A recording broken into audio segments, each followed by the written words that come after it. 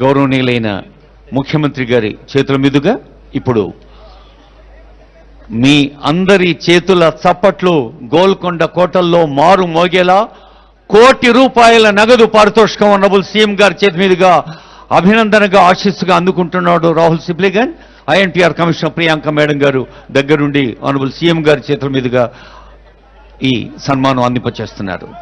రాహుల్ సిప్లిగంజ్.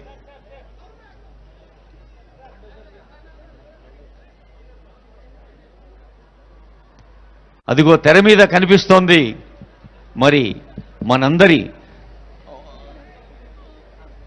కరతాళ ధ్వనులతో అభినందిద్దాం, ఆశీర్వదిద్దాం. కళాకారుడికి నిజమైన సన్మానం రసజ్ఞుల చప్పట్లే.